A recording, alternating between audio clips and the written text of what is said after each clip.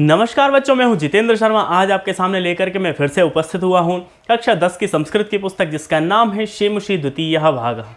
आज हम शेमुषी द्वितीय भाग के पंचमः पाठः इसको हम पढ़ने जा रहे हैं, जिसका नाम है जननी तुल्य वत्सला। जननी तुल्य वत्सला, इस शब्द का तात्पर्य होता है कि जो जननी होती है अर्थात जो माता होती है वह तुल्य वत्सला, अपने वत्सलों पर तुल्य रहती। वत्सल मतलब समान, संतानों पर। माता अपनी प्रत्येक संतान को समान रूप से प्रेम करती है। बड़ा ही अच्छा शीर्षक है। आपको उम्मीद करते हैं कि ये पाठ आपको बहुत ही अच्छा लगेगा। बच्चों, आपने अभी तक इस चैनल को सब्सक्राइब नहीं किया है तो इस चैनल को सब्सक्राइब कर लीजिए, लाइक कीजिए और शेयर अवश्य कर दीजिएगा। तथा इस वीडियो को यदि आप वास्तव में माता के स्वरूप को जानना चाहते हैं तो इस पाठ को आप पूरा देखिएगा, जिससे कि आपको माता के समान व्यवहार की और जो कमजोर पुत्र है उस पर अधिक प्रेम की एक कथा आपको ये बहुत छोटी सी पता चलेगी। तो हम शुरू करते हैं जननी तुल्य वत्सला इस पाठ को, जिसका शीर्षक था जननी तुल्य वत्सला। पाठ है प्रस्तुतोऽयं पाठः महर्षि वेदव्यास विरचितस्य ऐतिहासिकग्रन्थस्य महाभारत अंतर्गतस्य वनपर्वः इत्यतः गृहीतः। यह जो पाठ आप पढ़ने जा रहे हैं जननी तुल्य वत्सला, यह पाठ कहाँ से लिया गया है? तो यह महाभारत से, जिसको कि वेदव्यास ने विरचित है, वेदव्यास के द्वारा यह विरचित है। इस महान ग्रंथ से, महाभारत नामक ग्रंथ के वन पर्व से इस पाठ को लिया गया है। इयं कथा सर्वेषु प्राणिषु समदृष्टि भावनां प्रबोधयति।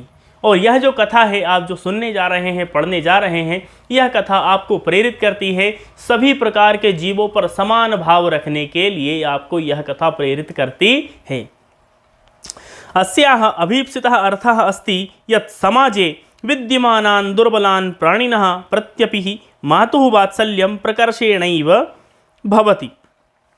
इस पाठ के पढ़ने से आपको यह ज्ञात होता है कि समाज में विद्यमान दुर्बल प्राणियों के प्रति, जो समाज में दुर्बल प्राणी होते हैं या किसी प्रकार से असामान्य स्थिति के जो प्राणी होते हैं, उन प्राणियों के प्रति जो उनकी माताएं होती हैं उनका एक अभीष्ट प्रेम उनके प्रति होता है। अर्थात जो किसी माता के 4 पुत्र हैं, 4 में से यदि एक पुत्र विशेष है, विशेष से मतलब या तो वो कोई किसी प्रकार से कमजोर है, दुर्बल है, तो उन 3 पुत्रों के से अधिक स्नेह उस माता का उस चौथे पुत्र के प्रति होगा जिसको वह कमजोर या दुर्बल समझती है। तो सीधी सी बात है, माता वास्तव में सभी के प्रति उसका समान व्यवहार होता है, समस्त पुत्रों के प्रति उसका समान व्यवहार होता है, किंतु जो पुत्र कमजोर होता है उसके प्रति उसका जो प्रेम होता है वो अन्य पुत्रों की अपेक्षा अधिक होता है, कमजोर पुत्र के प्रति अधिक होता है। तो देखिए पाठ शुरू करते हैं हम। बड़ा ही अच्छा पाठ है, सुनने में भी आपको आनंद आएगा। कश्चित् कृषकः बलिवरदाभ्याम क्षेत्रकर्षणं कुर्वन् आसीत्। कृषकः अर्थात होता है किसान, बलिवरदा अर्थात होता है बैल, कि कोई किसान बैलों को लेकर के खेत में जुताई कर रहे थे। क्षेत्रकर्षणम अर्थात खेतों में जुताई करना या बोआई करना या किसी प्रकार किसी भी कार्य को वह बैलों की मदद से कर रहे थे। किसान जो था वह किसी भी कार्य को बैलों की मदद से कर रहा था। फिर क्या हुआ? तयोः बलिवरदयोः एकः शरीरेण दुर्बलः जवेन गन्तुम् अशक्तश्च आसीत्।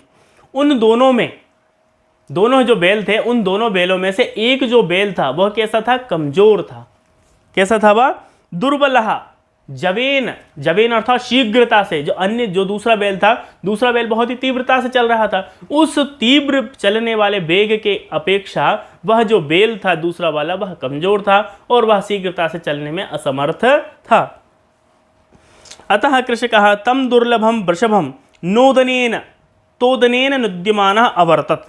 किंतु वह जो किसान था उस कमजोर बैल को क्रोधित होकर मार मार कर कष्ट देते हुए उसको हाँकते हुए जा रहा था। यद्यपि वह कमजोर था लेकिन किसान को दोनों ही बैलों से काम यदि उसको लेना है तो वह समतुल्य बनाने के कारण एक जो बैल तीव्र गति से चल रहा है उसी के बराबर उसको ले जाने के लिए प्रयास करता है और उसको कष्ट देता है बार बार, जो कि दुर्बल वाला जो बैल था उसको। सह ऋषभः हलम उड्वा गंतुम शक्तः क्षेत्रे पपात। अब क्या हुआ? जो कमजोर बैल था, कमजोर बैल असमर्थ था किसको उठाने में? उस हल को ले जाने में। हलम उस हल को लेके उड्डवा अर्थात उसको लेकर जाने में, उसको सिर के ऊपर रखने में वह जो दूसरा बैल था वह कैसा था, अशक्त था, और अशक्त होने के कारण वह उस धुर को लेकर के वह गिर जाता है। क्रुद्धः कृषिबलः तम उत्थापयितुं बहुवारं यत्नम अकरोत्। किसान बहुत क्रोधित हुआ और क्रोधित होने के कारण उसने उस बैल को बहुत बार मारा और बहुत बार उसको उठाने का बार बार प्रयास किया करता है। तथापि वृषः नोत्थितः, लेकिन जो बैल था, जो कमजोर बैल था, वह उठता नहीं है क्योंकि वह अशक्त है, वह किसी भी प्रकार के उस कार्य को करने में सक्षम था ही नहीं, इसलिए वह अशक्त था, इस कारण से वह उठ नहीं पाया। भूमौ पतिते स्वपुत्रं दृष्ट्वा सर्वधेनूनां मातुः सुरभेः नेत्राभ्याम अश्रूणि अविरामासन। भूमि पर गिरने के कारण, जब वह जो बैल था वह कहाँ गिर चुका था, भूमि पर गिर चुका था। अब भूमि पर गिरे हुए अपने पुत्र को देखकर सर्वधेनुनाम मातुः, सर्वधेनुनाम मातुः अर्थात सभी गायों की जो माता, जिसका नाम था सुरभि, सुरभि की दोनों ही आंखों से आंसू गिरने लगे।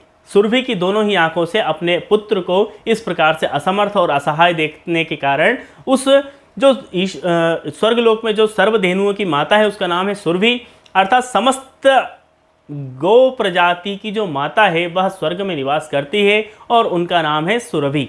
तो सुरभि की दोनों ही आंखों में बहुत तेजी से आंसू आने लगे, किसको देख करके, अपने पुत्र को भूमि पर पड़े हुए देख करके आने लगे। सुरभे है इमाम अवस्थाम दृष्ट्वा सुराधिपः ताम अपृक्षत। सुरभि जब रो रही थी, अर्थात जो गाय की जो माताएं थी, जो सर्वी धेनुओं की जो माता थी वह सुरभि, वह उस अपने पुत्र को वृष को देख करके रोने लगी। तो रोते रोते जब उसको किसने देखा, सुराधिपा अर्थात सुरों के राजा, अधिपा अर्थात इंद्र ने, किसने देखा उनको, इंद्र ने उनको देखा और ऐसी अवस्था में देख करके उनको पूछा, क्या पूछा, अयि शुभे किमेवं रोदिषि उच्चताम इति सा, क्यों रो रही हो। तो सुरभि की इस स्थिति को देख करके इंद्र ने पूछा कि आप क्यों रो रही है, किमर्थम रोदसी। फिर उन्होंने उत्तर दिया, विनिपातो न वह कश्चित् दृश्यते त्रिदशाधिपः अहम तु पुत्रम शोचामि तेन रौदिमि कौशिक। कि हे देवेश, सुरभि जो है वो इंद्र को कहती है, भगवान इंद्र को कहती है कि हे देवेश, देवताओं के ईश अर्थात देवेश, कि हे देवेश, क्या आप लोगों को कुछ भी अवनति दिखाई नहीं देती, आप लोगों को कुछ भी अवनति दिखाई नहीं देती। त्रिदशाधिपः, दशा अधिपः, अधिपः अर्थात राजा, कि आपको क्या नहीं दिखाई देती है, इस प्रकार की स्थिति दिखाई नहीं देती है। किंतु अहम तो पुत्रम शोचामि, मैं तो अपने पुत्र के लिए शोक कर रही हूँ। वृषः मेरा पुत्र है और वह असमर्थ है, कमजोर है, कमजोर होने के कारण वह भूमि पर गिर चुका है और भूमि पर गिरने के कारण वह बहुत ही कमजोर फील कर रहा है, अशक्त फील कर रहा है। इसके कारण मेरी आंखों से अपने पुत्र की ऐसी दशा को देख करके आंसू आ रहे हैं। तेन रौद्मी कौशिका, इसीलिए मैं रो रही हूँ, हे कौशिक, इसीलिए मैं यहाँ रो रही हूँ। अब देखिए क्या होता है, भो वासव पुत्रस्य दैन्यम दृष्ट्वा अहम रोदिमी, कि हे ऋषि कुमार, हे इंद्र, हे सुराधिप, मैं अपने पुत्र की ऐसी दशा को देख करके बार बार रो रही हूँ। सह दीनः इति जानन्नपि कृषकः तम बहुधा पीडयति, वह दीन है, कमजोर है, अशक्त है, यह जानते हुए भी जो कृषक है वो उसको बार बार मार रहा है, उसको पीड़ा दे रहा है। सह कृक्षेण भारम उद्वहति, वह किस प्रकार से भार को लेकर के जा रहा है ये मैं भी जानती हूँ और उसकी कमजोरी के कारण मैं समझ रही हूँ। वह बहुत ही कठिनाई से, कृक्षेण अर्थात कठिनाई से वह भार ढो रहा है। इतरम एव धुरम बोढ़ुम सह न शक्नोति, अब वह इतना दैन्य हो चुका है, इतना गरीब, इतना एक प्रकार से कमज़ोर हो चुका है वह, कि वह धुरम अर्थात जो बैलगाड़ी होती है, तो बैलगाड़ी में जो दो बैल होते हैं, बैलों के ऊपर जो एक लकड़ी बंधी हुई होती है सरी, उस लकड़ी को धुर कहते हैं।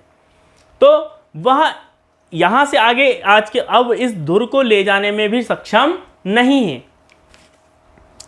एतत् भवान पश्यति न इति प्रत्यबोचत, क्या ये सब आप नहीं देख रहे हैं जो मुझसे आप इस तरह का प्रश्न पूछ रहे हैं। भद्रे, अब उन्होंने कहा, इंद्र कहते हैं कि भद्रे नूनम सहस्त्राधिकेषु पुत्रेषु सत्सु अपि तव अस्मिन्नेव एतादृशं वात्सल्यम कथम। तुम्हारे 1000 सहस्त्राधिक अर्थात 1000 से अधिक तुम्हारे पुत्र हैं। धेनु को की जो माता है, सर्वधेनुओं की जो माता है, जिसका नाम था क्या? सुरभि। सुरभि को इंद्र कहते हैं कि सहस्त्राधिकेषु पुत्रेषु, तुम्हारे 1000 से अधिक पुत्र हैं, हजारों पुत्रों में तुम्हें एतादृशम वात्सल्यम अस्मिन्नेव कथम, सबसे ज्यादा जो तुम्हारा प्रेम है वो इसी बैल पर, इसी तुम्हारी संतान पर क्यों तुम्हें आ रहा है? इंद्र का कहना भी सही था कि जबकि माता तो होती है, वो समभाव होता है सब में, किंतु समभाव होने के साथ साथ तुम्हारा जो अधिक प्रेम है वह इसी बैल के प्रति क्यों आ रहा है, इसी संतान के प्रति क्यों आ रहा है? इति इंद्रेण पृष्ठा प्रत्यवोचत, ऐसा इंद्र ने पूछा प्रश्न और कहा यदि पुत्र सहस्त्रम में सर्वत्र सममेव में दीनस्य तु सतः शुक्रः पुत्रस्याभ्यधिका कृपा। यद्यपि मेरे 1000 से भी अधिक पुत्र हैं, सुरभि कह रही है कि यद्यपि मेरे 1000 से भी अधिक पुत्र हैं, किंतु क्या हुआ? वह सभी के सभी सर्वत्र सममेव में, सभी के सभी मेरे लिए एक समान हैं, सभी के सभी पुत्र मेरे लिए एक समान है। परंतु दीनस्य तु सतः शक्रः, लेकिन हे भगवान इंद्र, दीन के लिए, दीन अर्थात जो कमजोर होता है, जो अशक्त होता है, अशक्त के लिए सबसे अधिक प्रेम माता के मन में होता है। देखिए माता ने कितनी अच्छी बात ये वहां पर कह दी कि जो दीन पुत्र होता है, जो गरीब होता है, जो कमजोर पुत्र होता है, उसके प्रति सबसे अधिक भाव, सबसे अधिक प्रेम माता के मन में होता है। पुत्राभ्यधिका कृपा, सबसे अधिक होती है कृपा होती है। अब कहती है बहुनी अपत्यानि संतीति में इति सत्यम, मेरे अनेक पुत्र हैं, बहुत सारे मेरे पुत्र हैं, यह सत्य बात है। तथापि अहम एतस्मिन् पुत्रे विशिष्य आत्मवेदनाम अनुभवामि, किंतु मैं अपने इस पुत्र के प्रति सबसे अधिक आत्मवेदना, अर्थात मेरा खुद का हृदय इस कारण से पीड़ित हो रहा है कि मेरी जो संतान है वह कष्ट प्राप्त कर रही है, और इसके कारण मेरा जो हृदय है वह सबसे अधिक अनुभव कष्ट को कर रहा है।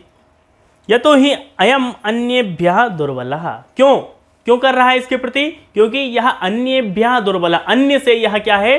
दुर्बल है, और दुर्बल होने के कारण इसके कष्ट को मैं अनुभव कर रही हूं। सर्वेषु अपत्येषु जननी तुल्य वत्सला एव, यद्यपि सभी पुत्रों में माता के प्रति जो भाव होता है वह समान होता है, अर्थात जो पुत्र होते हैं, चाहे 100 पुत्र हों या 1000 पुत्र हों या 10,000 पुत्र हों, माता के प्रति, माता के मन में प्रत्येक पुत्र के प्रति समान भाव होता है।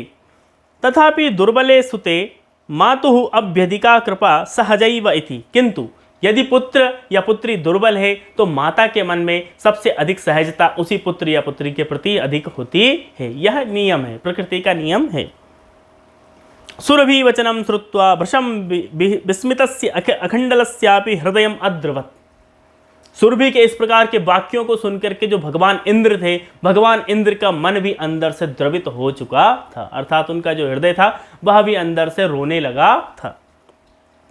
साचा ताम एव अशांतयत गच्छ वत्से सर्वम भद्रम जायेत, कि जाओ, और उनको आश्वासन दिया उन्होंने कि जाइए, कोई समस्या नहीं होगी और आगे भी जो होना है वह सब कुछ अच्छा ही होगा।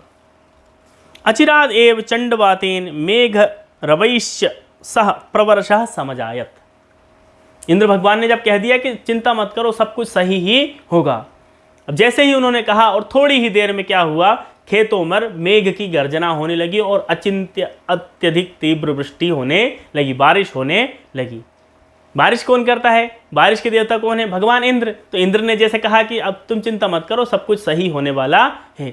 जब सब कुछ सही होने वाला है तो भगवान ने, इंद्र ने क्या किया, उस खेत के ऊपर बारिश करा दी। अब जैसे ही बारिश कराई तो क्या हुआ, लोकानाम पश्यताम एव सर्वत्र जलोपप्लवः संजातः, बारिश इतनी तेज हो गई कि सब दूर, जहां तहां सब दूर क्या होने लगा, पानी ही पानी हो चुका था।